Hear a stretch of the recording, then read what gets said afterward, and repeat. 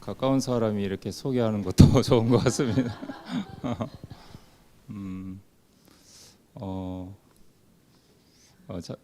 자매가 이제 그 나를 한번 한 줄로 소개해봐라 이렇게 저한테 얘기를 하더라고요. 그래서 뭘 할까?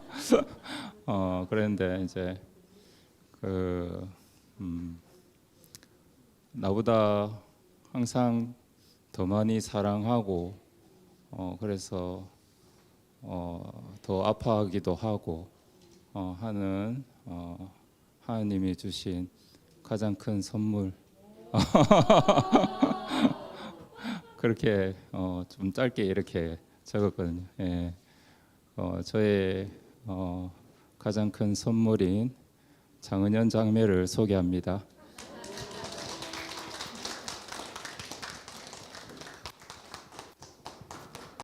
오기 전에 일단 혼자 좀 울다가 왔습니다. 그리고 지금 현재 저희 학교에 이제 3학년 친구가 안 무서운데 무서운 선생님이랍니다. 그래서 제가 학교 교직 생활 한 20년 넘게 한 것 같은데 그동안 이제 장관 표창 한 번 받고 교육감 표창 2번 받고 교육장 표창 3번 받았더라고요. 오늘 한번 찾아보니까. 그래서 저는 뭐 상 받으려고 한 적은 한 번도 없는데 그냥 학교에서 아이들과 열심히 살아다 보니까 상이 어느 날 이렇게 주시더라고요. 뭐 상 받았다고 그래 크게 뭐 저한테 좋은 건 없는데 기분이 좋은 거죠. 그래서 그게 제가 혼자 한 거 같으면 오늘 여기서 말할 필요가 없잖아요. 제가 이 얘기를 하는 이유는 제가 이 이야기들을 들을 수 있는 원천이 하나님 그리고 그 하나님에게 속해 있는 사람들이 모여 있는 이 교회입니다. 그래서 제가 그 전리품을 자랑하기 위해서 이렇게 이야기를 시작해 봤습니다.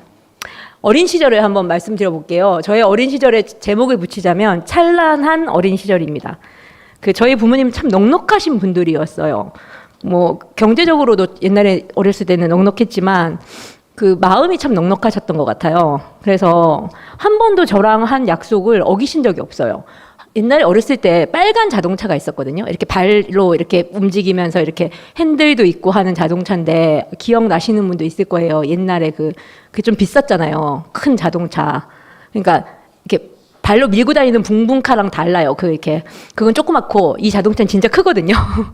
뒷자리에도 사람 태울 수 있고 이렇게 그런 자동차가 있었는데 아버지가 그걸 사주신다고 약속을 하셨어요. 그리고 이번 주 토요일 날 사줄게 하셨는데 토요일 날 장마가 인천 살았거든요. 인천에 비가 진짜 많이 와요.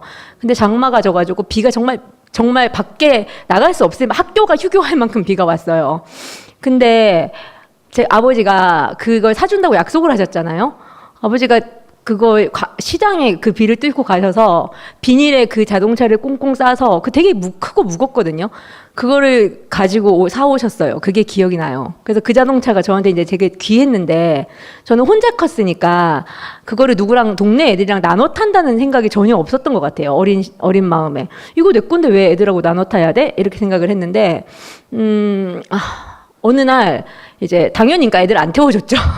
근데 어느 날 이렇게 나갔는데 어떤 애가 저한테 뭐 맛있는 걸 주는 거예요. 그리고 제가 이거 왜 주는 거야? 이렇게 물었더니 너 네 자동차 태워줘서 고마워 이렇게 얘기를 하는 거예요. 그래서 이건 뭐지 하고 이제 그게 아직도 생각이 나요. 내가 안 태워준 적이 없는데 얘는 왜 이거 탔다 그러지? 그래서 이제 집에 가서 엄마한테 엄마 이상한 일이 생겼어 하면서 이제 말씀을 드렸더니 제가 낮잠 잘 때 저희 엄마가 온 동네 애들을 줄 세워서 태워주신 거예요. 매일매일. 그래서 애들이 이제 저한테 엄청 친절하게 이제 막 해주는 거예요. 그래서 제가 그때 함께 나누는 것이 더 넉넉하구나 하는 거를 배웠어요. 그래서 그게 이제 되게 크게 기억에 아주 어릴 때인데 그러니까 막 학교 들어가기 전에 아주 어릴 때인데 그게 크게 기억에 남거든요. 그래서 저희 초등학교 시절은 저희 집이 돈 받지 않는 공부방이었어요. 그러니까 집에 저녁 해줄 엄마가 없는 아이들은 거의 대부분 다 저희 집에서 밥을 먹고 갔거든요. 숙제는 제가 봐주고 밥은 저희 엄마가 해주고. 그래서 어렸을 때부터 아이들을 가르쳤어요. 그래서 어떻게 보면 제가 지금 이렇게 아이들을 가르칠 수 있는 이렇게 튼튼한 받침이 됐던 것 같습니다. 고등학교 때는 집 나가는 애들은 다 저희 집에 와서 자고 갔어요. 저희 엄마가 정말 좋은 엄마셨거든요. 그래서 아이들이 저희 엄마를 너무 좋아했어요. 그래서 제가 학교에서 집에 와보면 친구, 다른 고등학교 간 친구가 집에서 자고 있는 거예요. 야, 너 왜 너 우리 집에서 자고 있어? 그러면 나 집 나왔어. 오늘 학교도 안 갔어. 니네 엄마랑 하루 종일 놀았어. 이렇게 얘기를 했거든요. 그래서, 아이고, 이렇게 이제, 아이고 하면서 이제 그 친구랑 이제 며칠 있다가 엄마 그 친구 집에 전화해주고, 누구 저희 집에 있습니다. 어머니 하고 전화해주고, 이제 같이 있다가 보내고 그랬는데, 엄마가 저 초등학교 4학년 때 쓰러지셨어요. 만성 신부전증, 그러니까 지금으로 말하면 투석하는 병인데 그때는 희귀병이었습니다. 의료보험도 안 됐어요. 희귀병이라서. 근데 제가 초등학교 때 일심 장로교회라고 이제 되게 인천에서 꽤 이렇게 튼튼한 교회를 다녔거든요. 근데 주일 아침 7시에 일어나서 9시까지 가는데 7시에 일어나서 온 동네를 다니면서 애들을 다 깨웠어요. 뭐 동생이든 언니든 오빠든 다 초등부 나이가 있는 아이들을 다 깨워서 다 끌고 교회를 갔어요. 그러면 집이 불교 집안인 어머니들도 은영이 따라가는 건 다 괜찮다고 교회 가라고 깨워주셨어요, 애들을. 그래가지고 정말 우리 동네 애들을 다 끌고 교회를 막 이렇게 신나게 갔거든요. 그래서 저는 어렸을 때부터 교회 가는 게 제일 즐거웠던 것 같아요. 그래서 이제 교회 가면 목사님이 연세가 많으셨는데 점심을 혼자 드시거든요. 이게 11시 예배를 끝나고 점심을 혼자 드시는데 꼭 저를 앞에 앉혀놓고 저랑 같이 점심을 드셨어요. 그래서 그때 목사님하고 같이 밥 먹었던 것이 결국은 사랑을 받았던 시간이잖아요. 그래서 항상 기억에 남는데 엄마가 쓰러지고 나니까 이상한 소리가 들리는 거예요. 저 집에 아빠가 교회를 안 와서 저 엄마가 저렇게 병이 났다. 뭐 이런 얘기들을 하시는 거예요. 저는 이해할 수가 없었어요. 제가 아는 하나님은 그렇게 야비한 하나님이 아닐 것 같은데 교회 사람들은 그런 얘기를 하니까 그때부터 제 인생에는 이제 물음표가 생기기 시작했어요. 왜 사람은 왜 살아야 되나? 어떻게 하면 사람이 행복할 수 있나? 사람은 왜 아파야 되나? 그래서 이제 하나님에 대한 물음표를 이제 만들어 가기 시작했어요. 그래서 1학년 문제집 뒤에 봐도 쉬운 1학년 문제집 뒤에도 답지가 있거든요. 그리고 삼성전자는 20년이 넘은 자기네 물건도 AS를 해줘요. 근데 하나님은 답지도 없고 AS도 안 되는 먹통 같다는 느낌이 들었어요. 왜 사람을 만들어 놓고 책임을 안 지지? 이런 생각을 하기 시작했습니다. 그래서 이제 엄마를 따라서 중학교는 그러니까 장로교회 다니다가 아마 어머니도 우리 엄마도 교회를 찾으셨던 것 같아요. 그래서 중학교 때는 순복음 인천교회를 갔습니다. 그래서 거기 최성규 목사님이 매주 주일 예배가 끝나면 저희 엄마한테 안수 기도를 해주셨어요. 저도 열심히 기도를 하면 나을 줄 알았어요, 저희 엄마가. 왜냐면은 성경에 보면 낫는다고 했잖아요. 그래서 정말 새벽 기도를 초등학생 때 열심히 다녔다니까요. 교회도 안 다니시는 저희 아버지가 새벽마다 일어나서 저를 따라서 교회까지 데려다 주시고 기도하는 동안 밖에서 기다리시고 집에 올 때 데리고 오시고 매일매일 새벽 기도를 갔어요. 금요철야도 갔어요, 초등학생이. 왜냐면은 기도를 열심히 해야 엄마가 나을 것 같아서. 그래서 정말 기도를 열심히 하고 뭐 순복음교회를 다니면서 중등부 회장도 하고 정말 기도를 열심히 하고 고등학교 때는 저희 엄마가 또 감리교회를 다 가셨어요. 그래서 이제 힌두교 감리교회라고 서명선 목사님이 이게 심호하시는 교회였는데 거기 다닐 때도 목사님한테 사랑을 정말 많이 받았어요. 그래서 목사님 장학금을 받으면서 공부를 했거든요. 뭐 고등학교는 저 등록금도 안 내는데 장학금을 왜 주셨는지 모르겠어요, 지금 생각해 보면. 근데 그때는 목사님한테 장학금 받으면서 뭐 방학 때마다 고등부 애들을 또 데리고 한월산 기도원에 가서 성경 공부를 했어요. 막 킹 제임스 뭐 NIV 다 들고 가가지고 막 이것저것 여기 이거 정말 신기하다, 여기 이 말씀하고 딱 맞다 이러면서 막 되게 이렇게 기쁘게 성경 공부를 열심히 했었거든요. 근데 결국 제가 초등부 교사도 고등학교 다니면서 초등부 교사도 하고 뭐 고등부 회장도 하고 하다가 이제 교회의 민낯이 너무 이렇게 교회 일을 너무 열심히 하다 보니 교회의 민낯이 보이기 시작을 하는 거예요. 그래서 어느 날 교회가 너무 새로울 것이 없다라는 생각이 들었습니다. 20살이 될 즈음에 출발 비디오 여행은 매주 다른 비디오를 소개하는데 교회는 맨날 똑같네? 그래서 갈 필요가 있을까? 저는 비디오를 좋아하지 않아요. 영화를 좋아하지 않는데 근데 그냥 출발 비디오 여행이 하는 걸 보면서 와 쟤들은 매주 새로운데 왜 교회는 맨날 똑같을까 이렇게 생각이 들었어요. 그래서 아 교회를 가지 말아야겠다 이런 생각을 하고 그때부터 이제 여기저기 교회를 찾아다니기 시작했습니다. 처음엔 교회만 찾아다녔어요. 좋다는 교회가 있으면 막 천안도 가보고 어디도 가보고 막 이렇게 여기저기 다녔는데 나중에는 아 교회 말고 교회는 그럼 없으면 성당이라도 가볼까? 안 되면 스님이라도 만나볼까? 그래서 막 주지 스님도 만나러 가고 뭐 이렇게 좋으시다는 신부님도 많이 만나봤어요. 근데 그래서 내린 결론은 아 종교가 다 똑같네 이런 생각을 했습니다. 그냥 이렇게 불안한 인생인 우리에게는 믿음이 필요하고 성직자들에게는 생활비가 필요하네 이런 생각이 들었어요. 그래서 에라 모르겠다 나는 모르겠다 이렇게 생각하고 이제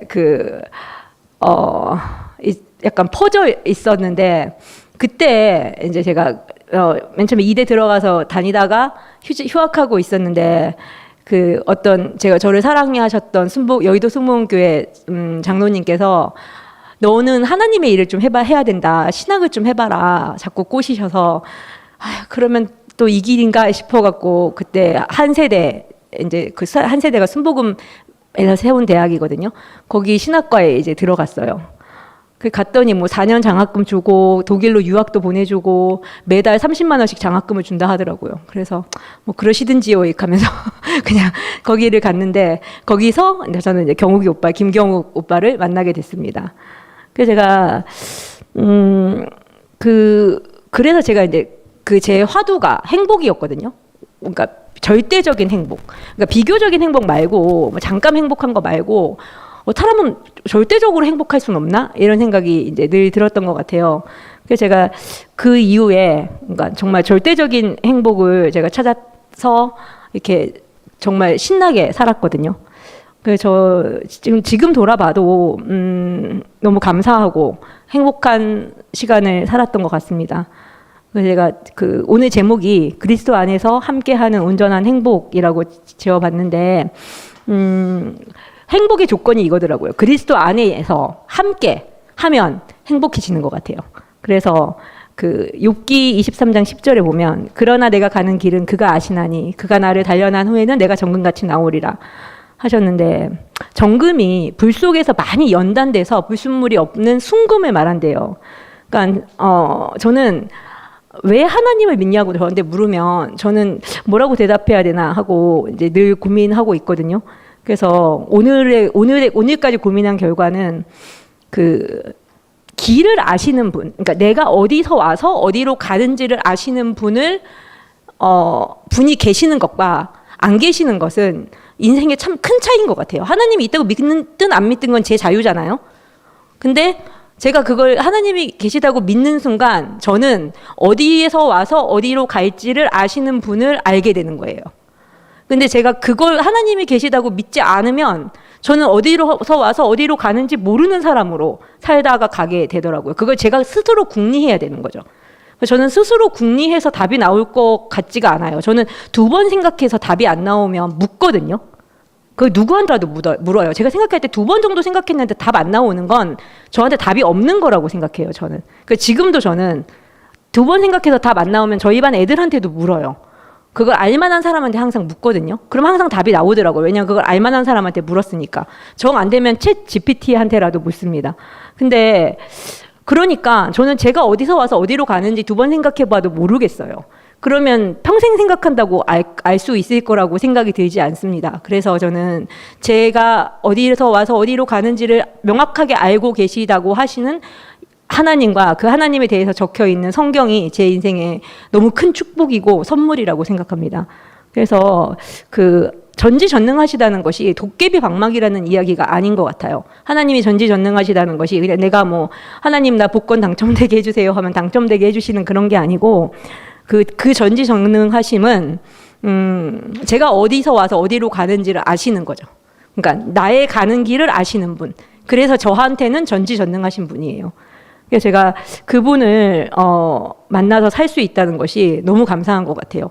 그래서 제가 엄마가 시한부 판정을 받은 거잖아요. 언제 죽을지 모른다 하더라고요, 의사 선생님이. 그 처음에 되게 슬펐어요. 근데 제가 가만히 생각해 보니까 다 시한부더라고요. 우리 언제 죽을지 모르는 사람, 아는 사람 아무도 없잖아요. 그러니까 엄마도 시한부, 나도 시한부, 모두 다 시한부니까 그냥 오늘 하루만 잘 살면 되겠구나 이런 생각을 했거든요. 그래서 제가 중학교 때 엄마랑 좀 싸우기도 하고 했는데 아침에 막 열받아서 엄마한테 소리 지르고 학교 간다고 나가다가 1층까지 내려갔다가 저희 5층 살았는데 5층에 다시 올라가서 엄마 나 갔다 올게 이렇게 얘기하고 다시 학교를 갔어요. 왜냐하면 제가 학교 갔다 왔을 때 엄마가 살아있을지 죽어 있을지 모르잖아요. 근데 만약에 화내고 나간 게 마지막이면 어떻게 해요? 그래서 항상 엄마랑 이렇게 물리적으로 거리가 떨어질 때는 눈을 보고 얼굴을 보고 엄마 갔다 올게, 엄마 잘 갔다 와 이렇게 항상 인사를 했던 것 같아요. 그래서 저는 엄마가 시한부였던 게 저한테는 복이 됐거든요.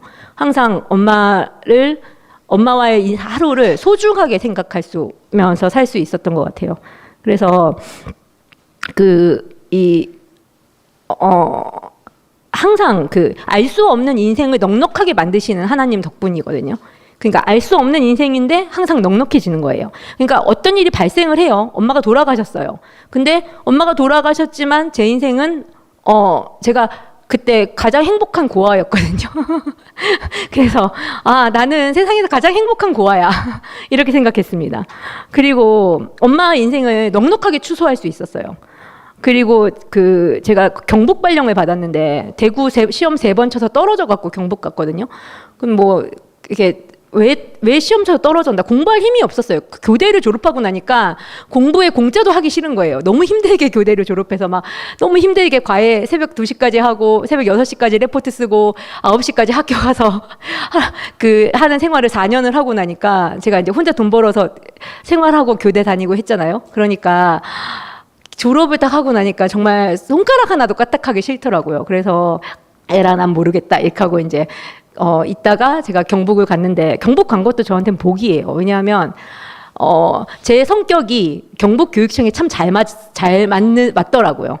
제가 지금 경북교육청에서 대구교육청으로 바뀌었는데 매일 숨 막히다는 생각을 해요. 이 융통성 없는 교육청이 사실은 이렇게 숨이 막히거든요. 그러니까 지금은 사실 나이가 좀 더 들었으니까 이렇게 숨 막혀도 그냥 그러려니 할 수 있는 힘이 있는데 만약에 대구교육청이 바로 발령받았으면 선생 말고 딴 길을 찾아야겠다라고 생각하고 사표를 썼을 수도 있을 것 같아요. 그래서 이것도 복이다 이 생각이 들고 제가 지금 군위에 있는데요. 군위에 있는 것도 군위에 가게 된 것도 되게 제 의사가 아니었어요. 저는 이동 점수가 굉장히 넉넉했고 그래서 일지망을 구미를 썼거든요. 저는 군위가 어디 있는지 몰랐어요. 그래서 이제 칠곡에 있었으니까 칠곡 다음으로 가까운 구미를 가야지 하고 일지망을 구미를 썼는데 그때 신규 발령 받아오신 교감 선생님께서 28명의 인사 작업을 한다고 멘붕이 오셔갖고 잘못하다가 제가 일지망 썼는 구미를 6지망 제일 밑으로 내리시고 제가 2지망으로 썼던 군위를 1지망으로 올려서 제가 군위가 커트라인이 높아요. 아무나 못 가는 곳이었거든요. 근데 제가 이동 성적이 점수가 많아서 군위를 간 거예요. 군위는 사실 승진하려는 사람들이 가는 곳입니다. 벽지가 있거든요. 벽지 점수가 있어서. 그래서 제가 계속 저가 발령을 군위를 받았다 그래서 아니 구미 이랬더니 저한테 알려주는 사람이 아니 군위라고 그래서 제가 아니 나는 구미 썼다고 구미 그랬더니 아니 너 군위 간다고 이러는 거예요. 그래서 아니라니까 난 구미 썼다니까 이러면서 나중에 보니까 진짜 군위를 발령받은 거예요. 그래서 와 이건 뭐지? 군위는 어디 붙어 있는 땅이고 이러면서 그때서야 지도를 펴서 군위가 어디 붙어 있는지 막 봤거든요. 근데 그때도 저한테 억울함이 없었어요. 왜냐하면 저는 제 인생에 어떤 일이 생기면 그건 하나님의 허락하신 일이라고 생각하거든요. 그래서 하나님이 나를 여기로 꼭 보내시려는갑다. 그럼 뭐 가보지 뭐 이렇게 생각했습니다. 그래서 저를 걱정하는 저의 8명의 선배님들 저랑 같은 동학년이었던 8명의 선배님들에게 이렇게 얘기했어요. 저한테는 여기에 꼭 가야 될 이유가 있는가 봅니다. 제가 가서 잘 살아볼게요. 걱정하지 마세요. 이렇게 얘기하고 군위를 갔거든요. 근데 갔더니 군위의 1번 장학사님이 제가 초임 때 저를 정말 사랑하셨던 교무부장 선생님이 군위 1번 장학사님이신 거예요. 그래서 저를 정말 이렇게 근무하기 좋은 이렇게 물론 군인은 다 학교가 작아서 다 힘들지만 정말 좋은 선생님들과 함께 근무할 수 있는 정말 좋은 선배들이 있는 학교에 보내주셨어요. 저는 그랬다고 생각해요. 그래서 묻진 않았는데 저를 글로 보내셨죠라고 묻진 않았지만 그래서 너무 좋은 선배들을 만나서 그 작은 학교에서 그 많은 일들을 사실은 한 번도 해본 적 없는 그 많은 일들을 쳐낼 수 없었을 텐데 너무 좋은 선배들을 만나서 정말 일을 막 정말 신나게 배웠어요. 너무 행복하게. 그래서 지금 제가 이제 분교 부장을 하고 있거든요.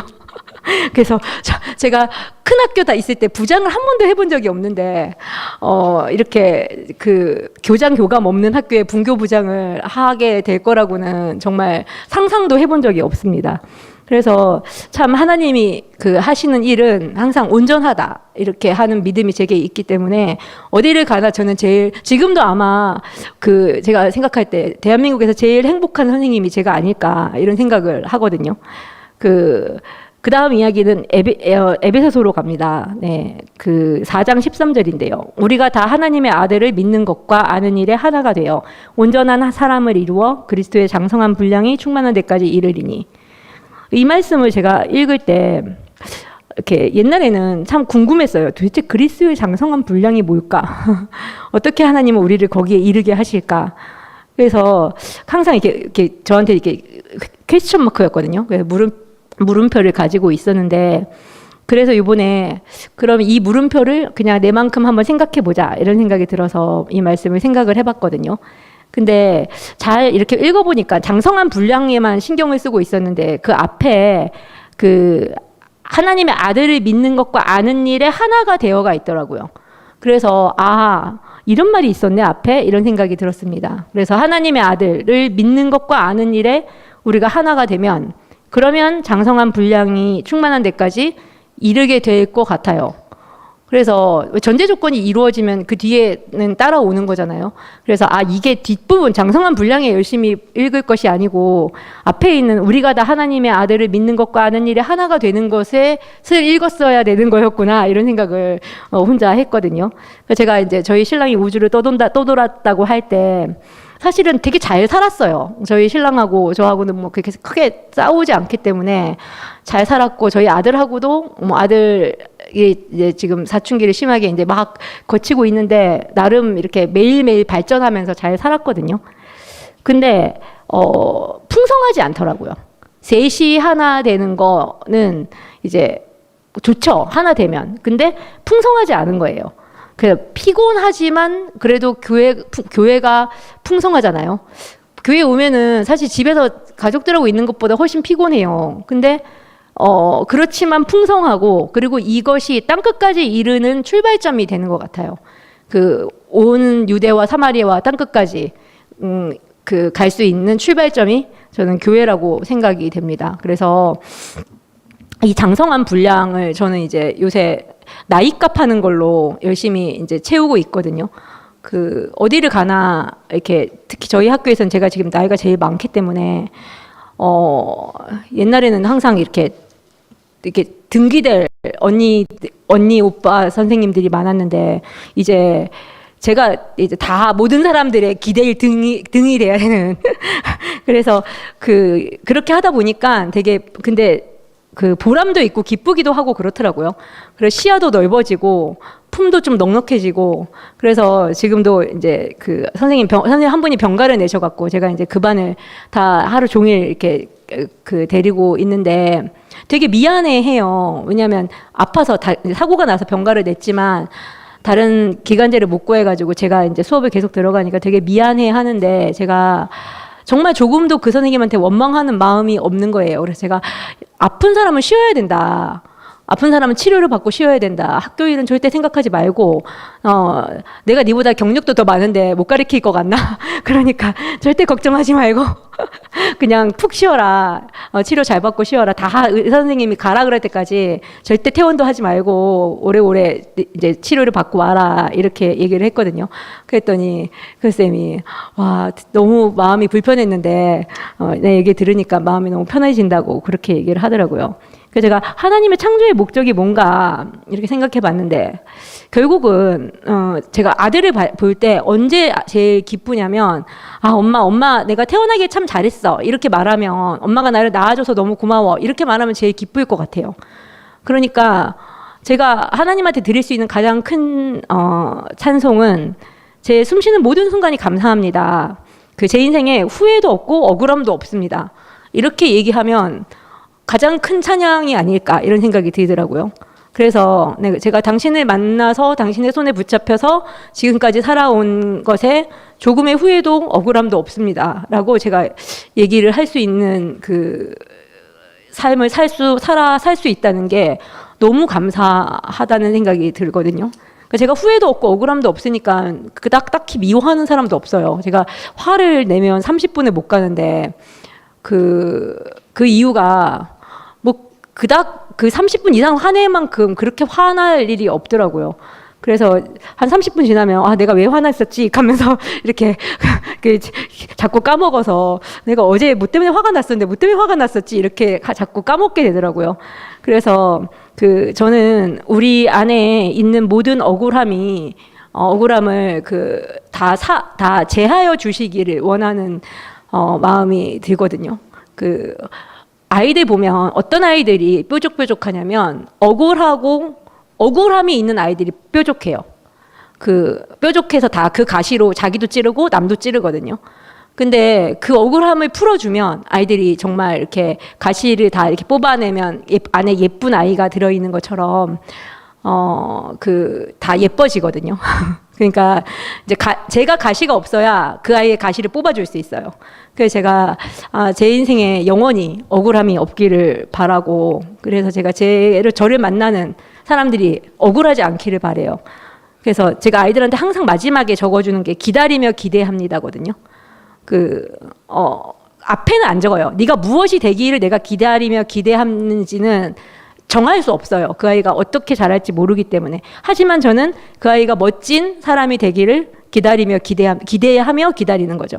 그래서 항상 아이들이 기대하며 기다립니다라는 말을 이제 우리 반 구호예요. 그래서 이제 서로를 기대하며 기다려주는 거죠. 저도 아이들을 기대하며 기다려주고, 아이들도 서로가 서로에 대해서 기대하며 기다려주는 거죠. 그래서 참 더 온전한 열매가 되기를, 그래서 그리스도의 장성한 분량에 이르기를 기대하며 기다리는 삶을 살 수 있어서 정말 너무 감사합니다. 마지막 세 번째 이야기는 베드로전서 3장 15절입니다. 너희 마음에 그리스도를 주로 삼아 거룩하게 하고, 누구든지 너희에게 믿음에 관한 이유를 묻거든 대답할 준비를 하되 온유와 두려움으로 하라. 제가 그래서 온유와 두려움이라는 말이 사실은 좀 더 깊이 알고 싶다는 생각이 들더라고요. 그래서 이제 찾아봤어요. 원어가 뭔지. 그때 온유는 부드러움, 온화함, 절제된 힘. 그러니까 힘이 있긴 있지만 절제된 힘이라는 거예요. 교만하지 않음, 뭐 이런 뜻이 있다고 합니다. 그래서 제가 생각해 보니 힘이 있지만 그걸 가지고 그걸 절제해서 상대방에게 부드럽게 하는 것이 온유인 것 같아요. 그리고 두려움이란 것은 두려움으로 하라. 그리고 또 좀 왜 두려워해야 되지? 이런 생각이 들잖아요. 근데 이거는 존중이라는 의미라고 해요. 그리고 조심스러움. 그래서 하나님에 대한 공경, 뭐 이렇게 이야기하고, 이게 그러니까 하나님과 사람을 함께 존중하는 태도, 뭐 이렇게 이야기를 하더라고요. 그래서 이때 이 베드로전서가 쓰여질 때 초대교회가 오해와 비난 속에 되게 시끄러웠던 상황이었다 하더라고요. 근데 그 상황 속에서 이제 우리가 할 수 있는 것이 온유와 두려움으로 답을 준비하는 일이구나, 이 생각이 이렇게 들었어요. 그래서 결국은 온유와 두려움으로 답을 준비하는 것은 결국 저를 준비하는 거잖아요. 제 자신을. 결국은 나의 신앙 고백이 되겠구나, 이런 생각이 이렇게 들었거든요. 그래서 사실 저는 성격이 좀 급한 편이라서 학교에서는, 그러니까 제가 이제 농담으로 늘 하는 말이, 학교 가면은 항상 월급이 나와서 온유와 두려움으로 뭔가를 준비할 수 있는데 집에 오면 월급이 안 나와가지고 아들내미 가르칠 때는 아들내미를 대할 때는 온유와 두려움이 참 나오기가 힘드네. 뭐 이런 얘기를 저희가 이제 학교 선생님들끼리 그런 농담으로 그렇게 얘기를 하거든요. 학교에서는 되게 친절하게 잘하는데 집에 가면 친절하기가 잘 안 될 때가 많단 말이에요. 그래서 입금이 안 돼서 그래. 뭐 이런 얘기를 우리끼리 막 하는데 입금이 되든 안 되든 우리가 온유와 두려움으로 대답할, 그러니까 누가 나에게 네가 왜 하나님을 믿느냐, 그러니까 그 믿음에 대해서 이유를 물으면 그 말에 대해서만큼은 정말 내가 내가 온유와 두려움을 가진 사람으로 준비돼야겠구나, 이 생각이 이렇게 들었거든요. 그래서 제가 요새 아들한테 이렇게 무슨 얘기를 할 때, 이렇게 옛날에는 이렇게 탈락이 많이 됐거든요. 뭔 말을 하면 탈락은 뭐냐면 대답 안 하고 들어가면 탈락이에요. 네, 저를 다시 쳐다보지 않고, 제가 무슨 얘기를 하는데 제 얘기가 끝나기도 전에 문쾅 닫고 들어가면 탈락. 탈락입니다. 근데 요새 합격이 좀 잘 되고 있어요. 왜 합격이 잘 되나 이렇게 생각해 봤는데, 이 온유와 두려움으로 이야기를 하면 합격이 돼요. 귀신같이 알아요. 네, 그래서 저분이 하나님이시구나. 나를 나보다 더 잘하시는구나, 이런 생각을 하거든요.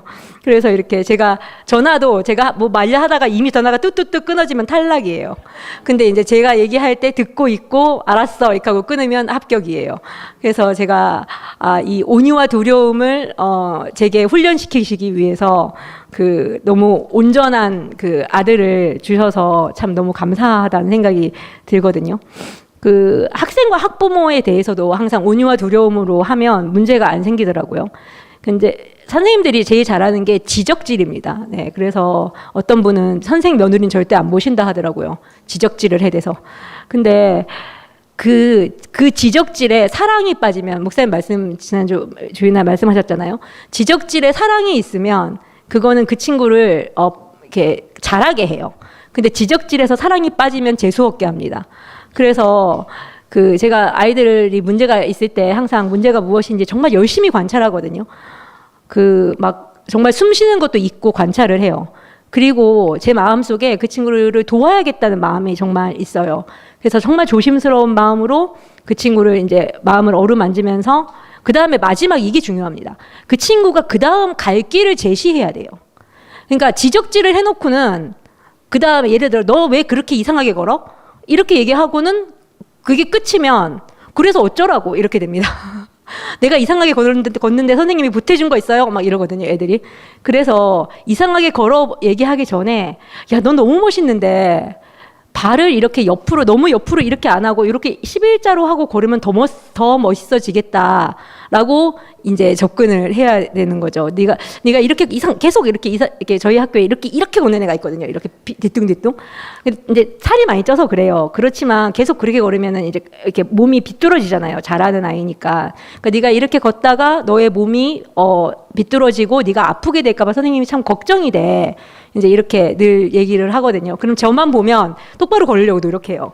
되게 기특하게. 그래서 막 뒤뚱뒤뚱 거리다가 제가 저쪽에서 걸어오면 갑자기 애가 이렇게 탁 다리를 이렇게 해갖고 이렇게 똑바로 걸으려고 노력을 해요. 제가 되게 항상 고맙다고 얘기하거든요. 야, 너무 고마워. 선생님이 얘기한 거 잘 들어줘서 너무 고마워. 이렇게 얘기를 하는데, 부모님한테도 애가 이상하게 걷는 거 알고 계셨어요? 이걸 왜 치료 안 받으시고 왜 이렇게 놔두셨어요? 뭐 이렇게 하면 재수 없는 사람이 됩니다. 그래서 제가 저희 아이들은 시골에 살기 때문에 주변에 뭐 그걸 교정받을 이렇게 뭐 그런 데가 없어요. 그래서 제가 막 유튜브 열심히 찾아보고 집에서 할 수 있는 방법 막 찾아가지고 엄마한테 이제 카톡으로 보내주고, 저도 학교에서 노력할 테니까 어머님도 집에서 좀 이렇게 신경을 좀 써주시면 정말 좋지 않겠습니까? 이제 이렇게 방법을 자꾸 저도 공부하고 이제 가르쳐 주는 거죠. 그러면 엄마들이 정말 고마워하거든요. 저는 몰랐어요. 제 맨날 보는데도 저는 왜 제 눈에는 안 보였을까요? 하면서 이제 되게 고마워하세요. 그래서 이제 제가 후배 선생님한테 반에 정말 왼수 같은 애가 있거든요. 선생님 속을 하루에도 12번씩 더 뒤집는 애가 있는데, 맨날 그렇게 얘기합니다. 그냥 보면 왼수, 다시 보면 소중한 학생. 그래서 제가 다시 보자. 이렇게 얘기를 하는데, 저도 항상 그런 것 같아요. 그냥 성격 급하게 보면 왼수가 참 많아요. 근데 다시 보면 소중한 사람입니다. 하나님이 저한테 붙이신 사람. 그래서 항상 기대하며 기다리는 마음을 가져야겠다 이런 생각이 이렇게 들거든요. 그래서 오늘 제가 과정을 겪는 이유는 그 오늘치 값을 지불하는 것 같아요.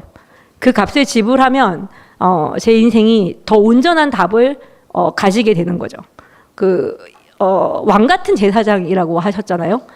너는 택한 백성이다, 왕 같은 제사장이다 그러셨는데 그 왕 같은 제사장이 가지고 있는 건 뭘까요? 황금을 가지고 있을 것 같지는 않습니다.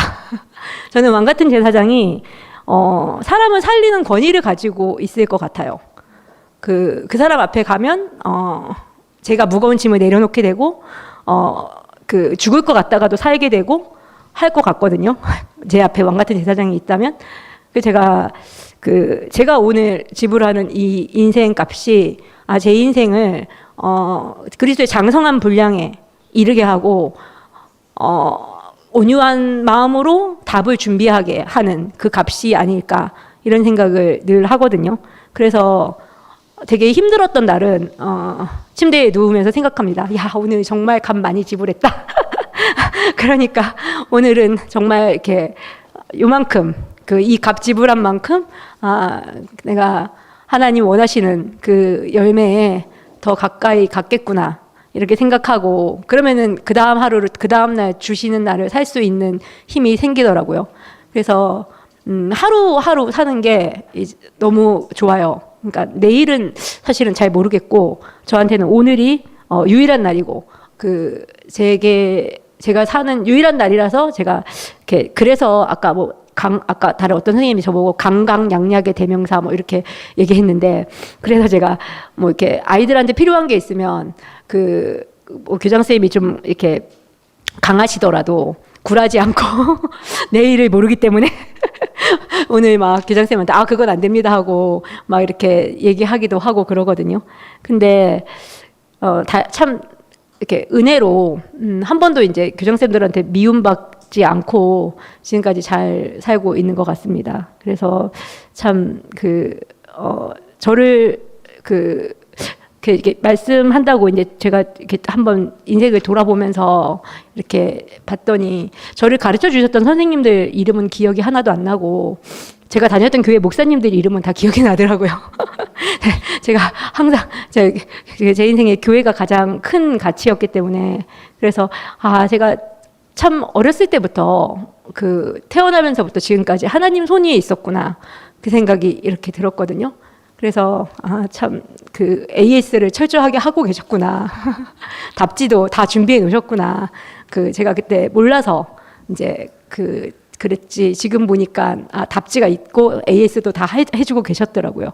그래서 하나님을 알았던 것이 알고 살게 된 것이 제 인생에서는 그냥 축복 제가 받은 축복의 모든 것인 것 같고 제 카톡 프로필 상태 메시지가 숨 안에 모든 복이 다 들어있다 이건데 저는 그렇게 생각합니다. 제가 숨을 쉰다는 것 자체가 제가 받을 복을 다 받은 거라고 생각을 하거든요.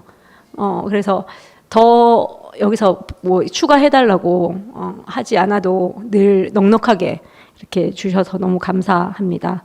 네, 여기까지 오늘 제가 제 이야기는 여기까지 하고 기도하고 마치겠습니다. 우리를 우리보다 잘 아시고 사랑하시는 아버지 하나님, 우리가 눈을 들어 볼 수 있는 하나님이 되어주셔서 감사합니다. 당신이 주신 사람들과 주신 하루를 온전히 함께 살며 믿음에 관한 이유를 묻는 사람에게 더 온유하고 두려운 마음으로 넉넉하게 대답할 수 있는 우리가 되도록 인도해 주시기 원합니다. 사람으로 태어나 온전한 행복을 누리게 하심을 깊이 감사드리며 우리를 사랑하시는 예수님 이름으로 기도드립니다. 아멘.